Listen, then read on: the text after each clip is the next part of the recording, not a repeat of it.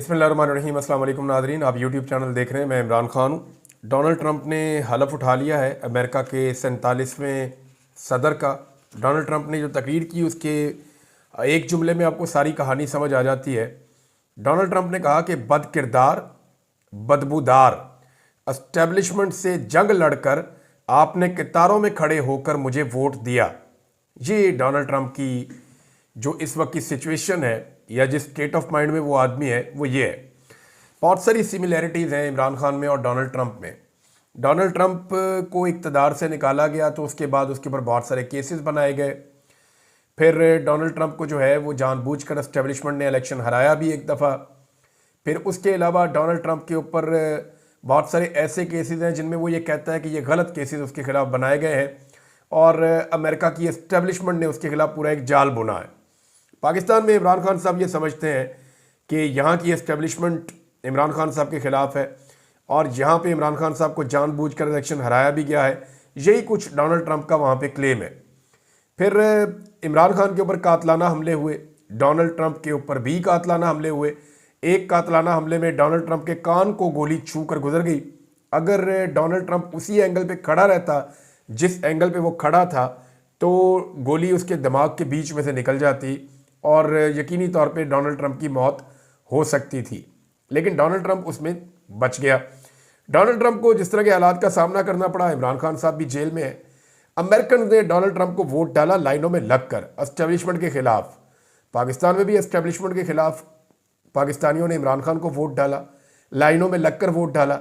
America में जो public का मैंडेट है उसका एहतराम हो गया, पाकिस्तान में जो पब्लिक का मैंडेट है उसका एहतराम नहीं हुआ और पाकिस्तान में एक जाली हुकूमत लाकर बिठा दी गई। जबकि अमेरिका में डोनाल्ड ट्रंप ने हलफ उठा लिया और वो वहां इक्तदार में आ बैठा। अब वो अमेरिका का 47वां सदर है। इमरान खान साहब से डोनाल्ड ट्रंप के बहुत अच्छे ताल्लुकात हैं, यानी जब भी वो पाकिस्तान के बारे में सोचेगा या बात करेगा या जब भी पाकिस्तान का कोई इशू उसके सामने आएगा तो जो पहली चीज़ डोनाल्ड ट्रंप के दिमाग में आएगी वो इमरान खान साहब का नाम होगा। ये उसकी पार्टी के सारे लोग भी कहते हैं। डोनाल्ड ट्रंप अपने मुंह से भी ये बात कर चुका है। जो बाइडन के इकदामात को मनसूख करने का डोनाल्ड ट्रंप ने फैसला किया, यानी जो इकदामात एस्टेब्लिशमेंट ने या जो बाइडन ने उठाए हैं डोनाल्ड ट्रंप को इक़्तिदार से निकालने के बाद 4 सालों में, उनमें एक कदम यह भी है पाकिस्तान में रिजीम चेंज ऑपरेशन किया गया अमेरिकन की मर्जी से। गो कि यहाँ पाकिस्तान की जो मिलिट्री एस्टेब्लिशमेंट है वो भी यही चाहती थी, लेकिन इसके अंदर अमेरिका का भी एक रोल था। तो अगर इन चीज़ों को रिवर्स करना है या वापस मनसूख करना है तो डोनाल्ड ट्रंप क्या रोल प्ले कर सकता है। पाकिस्तान की जो इस वक्त एस्टेब्लिशमेंट है या हुकूमत है उनकी सांस फूली हुई है। उन्हें समझ नहीं आ रही कि डोनाल्ड ट्रंप को डील कैसे करना है, क्योंकि अमेरिका को डील करना कभी भी पाकिस्तान के लिए आसान नहीं रहता। बकौल ख्वाजा आसिफ के अमेरिका ने वेंटिलेटर्स लगाए होते हैं और उन वेंटिलेटर्स का काम यह है कि पाकिस्तान को ऑक्सीजन देते रहते हैं। अगर अमेरिका अपने वो वेंटिलेटर्स खींच ले तो पाकिस्तान की माशी मौत हो सकती है। ये ख्वाजा आसिफ ने कहा था, अब ख्वाजा आसिफ को ही भुगतना पड़ेगा। शहबाज शरीफ ने बतौर वज़ीर आज़म डोनाल्ड ट्रंप को मुबारकबाद का ट्वीट कर दिया। आप हरकतें चेक करें, पाकिस्तान में ट्विटर को बैन किया हुआ है और वही वज़ीर आज़म जिसने बैन किया हुआ है वो डोनाल्ड ट्रंप को मुबारकबाद दे रहा है, जिसकी काबीना के अंदर वो बंदा जो ट्विटर का मालिक है वो उसकी काबीना के अंदर मौजूद है, इलोन मस्क। और अब शहबाज शरीफ जो है वो यानी पहले पाकिस्तान में बैन कर दिया, फिर वीपीएन लगा के वीपीएन के जरिए से डोनाल्ड ट्रंप को शहबाज शरीफ मुबारकबाद दे रहे हैं। जनाब आपको बहुत मुबारक हो, पाग लगे रहन, तुसी सदर बन गए हो अमेरिका दे। तो बूट पॉलिश के अंदर तो ये लोग चैंपियन है ज़बरदस्त किस्म के। अब हुआ ये है कि कम्युनिटी नोट शहबाज शरीफ साहब को एक मरतबा फिर लग गया। शहबाज शरीफ साहब को इस बात की समझ नहीं आती या ये बेइज्जती महसूस नहीं करते, यानी जब जब ये ट्विटर इस्तेमाल करते हैं इनके ऊपर कम्युनिटी नोट लग जाता है। कम्युनिटी नोट का मतलब यह है कि कोई बड़ी तमीज़ से आपको कह दे चल झूठे, या कोई आपको कह दे झूठ ना बोल, या फ्रडिया कह दे, या झूठा कह दे, या बेईमान कह दे आपको, या आपको मुंह के ऊपर कोई बंदा खड़ा होकर कह दे झूठ ना मार। ये शहबाज शरीफ के साथ होता है जब भी शहबाज शरीफ ट्वीट करते हैं।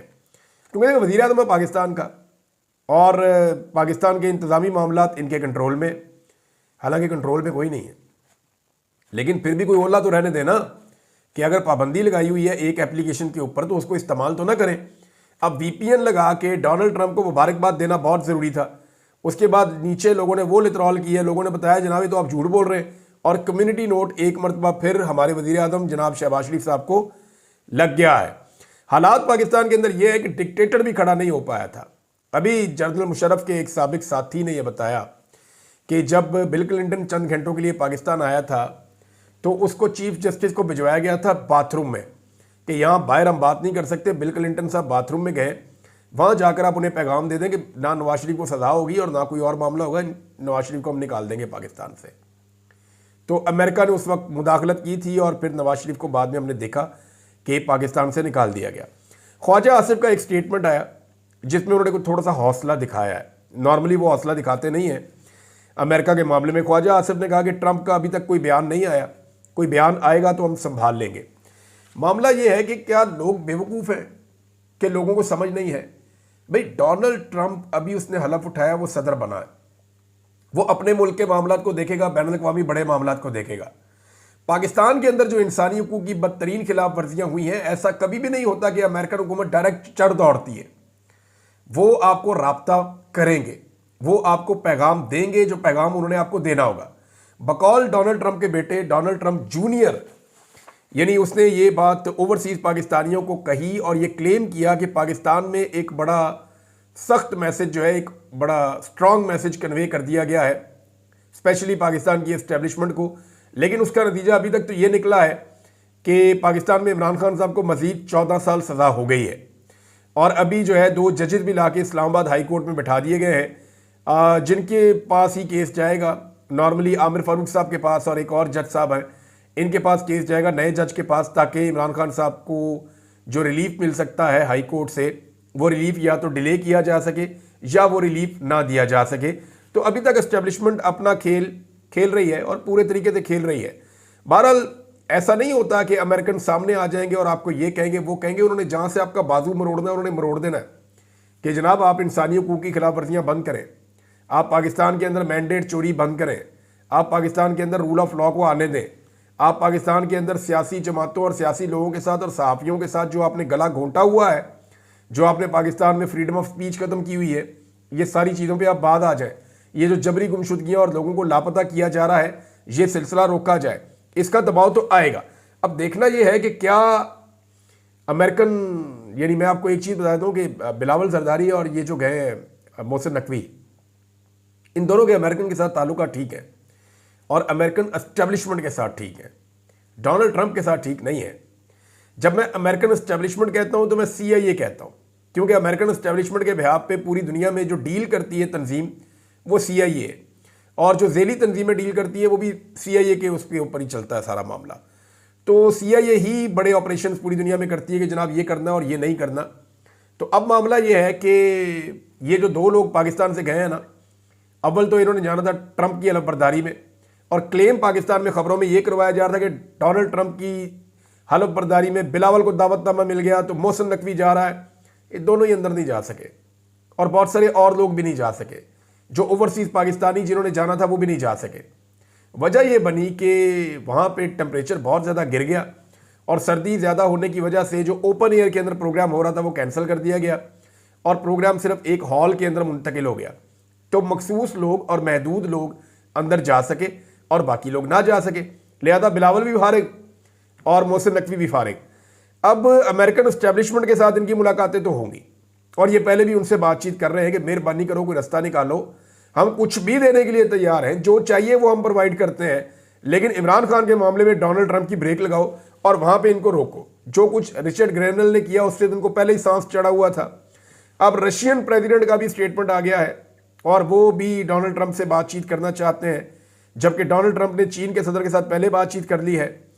मामला यह है कि डोनाल्ड ट्रंप ये समझता है कि रूस ने यूक्रेन पे हमला इसलिए किया कि यूक्रेन को नेटो में शामिल करने की बेवकूफ़ी की थी जो बाइडन ने।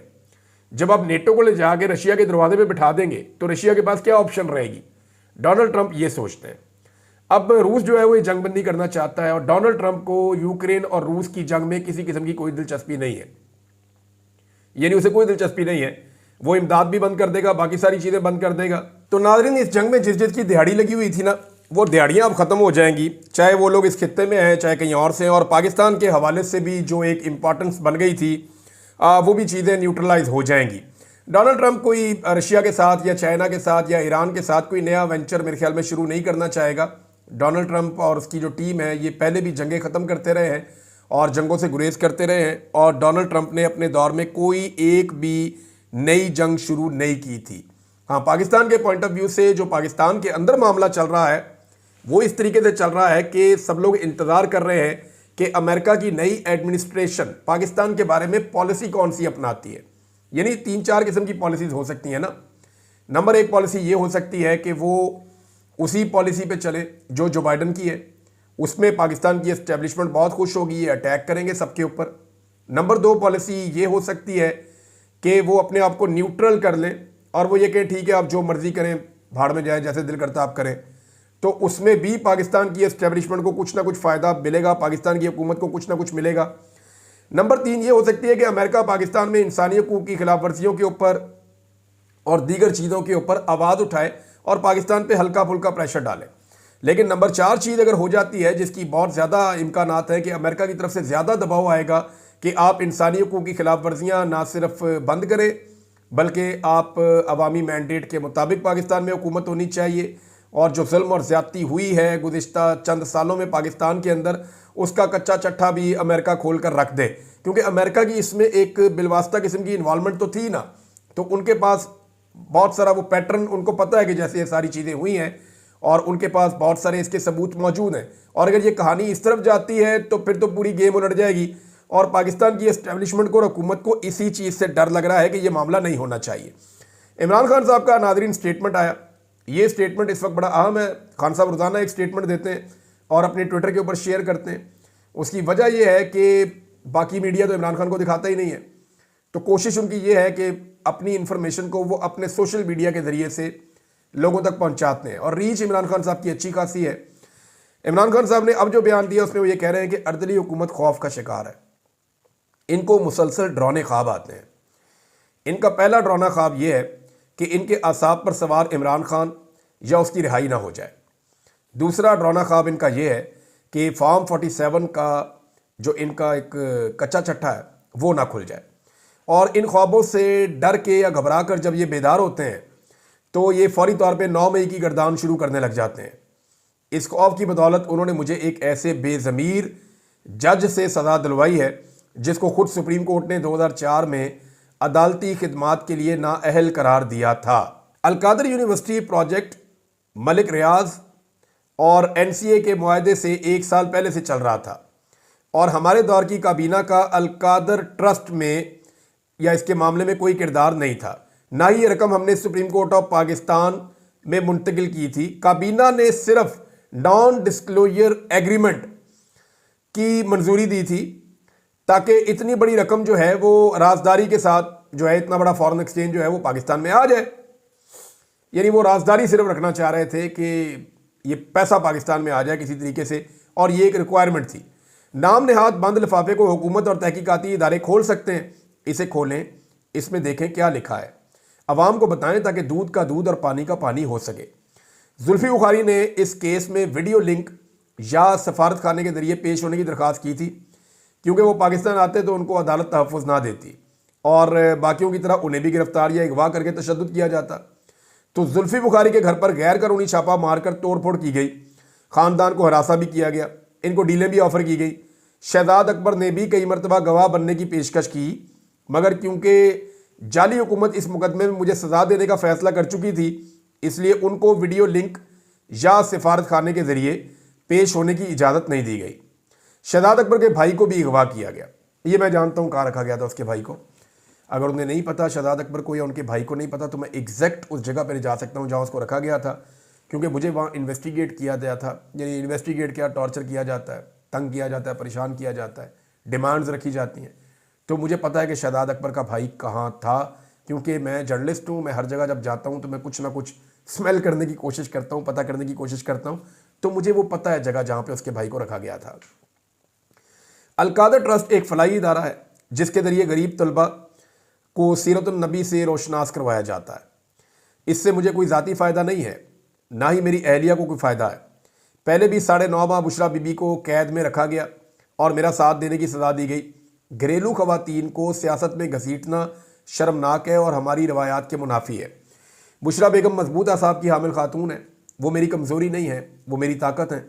ये मुझ पर जितने मर्जी मुकदमात बनाए, मैं नवाज शरीफ या जरदारी की तरह डील के ज़रिए बाहर नहीं आऊँगा, बल्कि अदालतों का सामना करके इंसाफ की ताकत से जेल से बाहर आऊँगा। इनसे डील पर मैं जेल में रहने को तरजीह दूंगा, यानी इनसे डील करने से बेहतर है मैं जेल में रहूँ। ये इमरान खान साहब की सोच है इस बारे में। मेरे मुकदमात या रिहाई का हुकूमत से या किसी से भी होने वाले किसी मुज़ाकरात से कोई ताल्लुक नहीं है। मुज़ाकरात का अमल अगर ख़राब होता है, सबोटाज होता है, तो उसकी वजह हुकूमत की गैर संजीदगी और जुडिशल कमीशन का क़याम ना करना होगा। हमारे जो लोग शहीद हुए हैं ना, उनकी तरफ से हम पर दबाव है, वो इंसाफ के मुतलाशी हैं। जुडिशल कमीशन के क़याम के बगैर मुज़ाकरात करने का कोई फ़ायदा ही नहीं है, कोई मकसद ही नहीं है। सलमान अकरम राजा और बैरिस्टर गौहर को हदायत करता हूँ कि चीफ जस्टिस और आईनी बेंच के सरबराह अमीनुद्दीन खान को इंसानी हकूक़ से मुताल्लिक हमारे मुकदमात तरजीही बुनियादों पर सुनने के लिए ख़त लिखें और आलमी इंसानी हकूक़ की तंजीमों को भी इससे मुताल्लिक ख़त तहरीर करें। अली अमीन गंडापुर एपेक्स कमेटी को ख़त लिखकर शहबाज शरीफ के लगाए गए भोंडे इल्ज़ामात का जवाब दे। हम किसी से कोई रियायत नहीं मांग रहे, सिर्फ कानून के मुताबिक इंसाफ मांग रहे हैं। 26वीं आईनी तरमीम के बाद अदलिया का जो हाल हो चुका है वो काबिल अफसोस है। सुप्रीम कोर्ट में आज जो हो रहा है वो इसी तरमीम का नतीजा है। नामुकम्मल असम्बलियों से होने वाली कानून साजी बुनियादी हकूक़ से मुतसादिम है। हम अदलिया पर दबाव और उनके अहकामात हवा में उड़ाने की मजम्मत करते हैं। जिस मुल्क में निज़ाम इंसाफ ही जंजीरों में जकड़ा हुआ होगा, वहाँ किसी और को क्या आज़ादी मिलेगी। ये बात इमरान खान साहब की ठीक है। मैं भी आपको बताता हूँ कि अदालत में क्या हो रहा है। अदालत में तो एक बहरान पूरा खड़ा हो गया, एक जंग लग गई है, ऐसा लगता है जजों के दरमियान। वो क्या मामला आपके सामने रख देता हूँ, लेकिन पहले आप ये देखें कि इमरान खान साहब को ये भी बताया गया कि जनाब बाहर ये खबर फैलाई गई है, इवन कस्में खा खा कर बताया गया है कि आप घबरा गए थे या डर गए थे या आप परेशान हो गए थे जब आपके खिलाफ फैसला आया। तो इमरान खान साहब इन चीज़ों पर बड़ा हंसे। दोबारा से कल जब सहाफ़ियों ने उनको ये बताया, उनके लोगों ने बताया, इमरान खान साहब ने जब पूछा तो नाम लिया गया, उन्होंने कहा मैं जानता भी नहीं इन लोगों को, ये कौन लोग हैं और क्या खबरें फैला रहे हैं। बहरहाल इमरान खान साहब ने जैसे ये जेल काटी है, पूरी दुनिया इसकी गवाही दे रही, बड़ी दिलेरी और बहादुरी के साथ काटी है। यानी आप ये बताएं ना कि कौन है ऐसा लीडर जिसको जेल में बंद किया हो और उसकी शक्ल भी सामने ना आने दी गई हो इतने लंबे अरसे तक, उसके बच्चों से उसकी बात भी ना करवाई गई हो, उसकी बीवी को भी जेल में डाल दिया गया हो, उसकी बहनों को भी जेल में डाल दिया गया हो, उसके दीगर रिश्तेदारों को भी जेल में डाल दिया गया हो, आधे ख़ानदान के ऊपर मुकदमा दर्ज कर दिए गए हों, पार्टी के 10,000 से ज़्यादा लोग एक ही हल्ले के अंदर गिरफ्तार कर दिए गए हों, बेशुमार लोगों को पार्टियां छुड़वा दी गई हों, पार्टी से इंतखाबी निशान भी। कोई ऐसा लीडर आपको पाकिस्तान की तारीख में मिलेगा ही नहीं, ऐसी पसली किसी की नहीं है जो ये बर्दाश्त करे। अच्छा, सुप्रीम कोर्ट में जो बहरान है नादरीन, वो ये है कि दो चीज़ें हो रही हैं। एक तो ये है कि ये केस 26वीं आईनी तरमीम के हवाले से जो 1 दर्जन से ज़्यादा दरखास्तें आई हुई थी सुप्रीम कोर्ट में, अब अंदरूनी दबाव क्योंकि बहुत ज़्यादा बढ़ता जा रहा है, तो फौरी तौर पे 26वीं आईनी तरमीम के हवाले से केस आईनी बेंच के सामने लगा दिया गया। 27 तारीख को लगाए, 27 जनवरी को। लेकिन मामला ये है कि 26वीं आईनी तरमीम के खिलाफ एक केस है और ये आईनी बेंच बना ही 26वीं आईनी तरमीम के नतीजे में है। तो ये बेंच तो पहले ही मुतनाज़ है, जैसे वो तरमीम मुतनाज़ है। अब जिस चीज़ का तनाज़ा है, क्या वही चीज़ अपना तनाज़ा खुद हल करेगी? बड़ा सवाल ये है ना कि आईनी बेंच का तनाज़ा है ना, 26वीं आईनी तरमीम, उसके नतीजे में बनने वाला आईनी बेंच, यही चीज़ें तनाज़ा, यही मामला गया अदालत में। अब वही मुतनाज़ अदालत ये केस सुनेगी कि हम ठीक हैं या गलत हैं। How is it possible? अब ये जो सारे फ्रीकैन है 1 दर्जन से ज़्यादा, अगर ये जाकर अदम एतमाद कर देते हैं तो एक नई सिचुएशन बन जाएगी। हो सकता है कि ये मामला फुल कोर्ट के सामने जाए और जाना भी चाहिए। दूसरा, आईनी बेंच और रेगुलर बेंच के दरमियान जो इख्तियारात का मामला है, उस पर एक केस लगा हुआ था सुप्रीम कोर्ट ऑफ पाकिस्तान में। पहले एक दाव लगाया गया लेकिन कामयाब नहीं हुआ। जस्टिस मंसूर अली शाह, जस्टिस आयशा मलिक और जस्टिस अकील अब्बासी, ये 3 जज साहिबान उसको सुन रहे थे। उन्होंने हुक्म दिया कि ये पीर वाले दिन लगा दिया जाए दोपहर 1 बजे, लेकिन उनके हुक्म की तामील ही नहीं हुई। जब उन्होंने डिप्टी रजिस्ट्रार को बुलाकर पूछा तो उन्होंने कहा जी ये तो वो दोनों जज साहिबान ने फैसला कर लिया बैठ कर। उन्होंने कहा जी उस कमेटी में तो मैं भी हूँ, मुझे तो बुलाया ही नहीं, मुझे बताया ही नहीं, कैसे फैसला कर लिया? और ये अदालत का हुक्म था। यानी जो खातून जज हैं आयशा मलिक साहिबा, उन्होंने तो ये भी फरमाया कि 3 जजेस के मुकाबले में एक चीफ जस्टिस का दिमाग कैसे ज़्यादा बड़ा हो सकता है। यानी ये तो फैसला वो नहीं कर सकते, तो फैसला तो अदालत का है। लेकिन सुप्रीम कोर्ट में दो तरह की चीज़ें होती हैं, एक इंतज़ामी चीज़ें होती हैं और एक अदालती हुक्मनामे होते हैं। जो अदालती हुक्म होता है ना, वो हमेशा सुपीरियर होता है, चाहे वो एक जज का भी हो। लिहाजा सुप्रीम कोर्ट ऑफ पाकिस्तान के 3 जजेस ने एक हुक्म दिया था, उसकी खिलाफवर्जी कर दी गई। उन्होंने तौहीन अदालत का नोटिस दे दिया कि तौहीन अदालत के अंदर कल केस लगेगा। अब सुबह 9 बजे केस लगा हुआ है तौहीन अदालत का, लेकिन उस बेंच के अंदर से आयशा मलिक साहबा को निकाल दिया गया है, बाकी 2 जज साहबान मौजूद हैं। अब मामला ये है कि ये गंभीर होती जा रही है सूरत हाल, और 26वीं आईनी तरमीम पे आके सारा मामला रुक गया है। 26वीं आईनी तरमीम इंतहाई कंट्रोवर्शियल तरमीम है, और अगर ये रिवर्स हो गई तो हुकूमत के पल्ले कख नहीं बचेगा। और सुप्रीम कोर्ट में अब भी जो अक्सरियत है जजेस की, वो इन चीज़ों की, इस जुल्म और ज़्यादती के खिलाफ है, वो इंसाफ देना चाहती है। देखते हैं कि इसमें आगे क्या डेवलपमेंट होती है। अभी 9 बजे केस लगा हुआ है, आपको पता चल जाएगा। अब तक इतने, अपना ख्याल रखिएगा, अपने चैनल का भी। अल्लाह हाफ़िज़।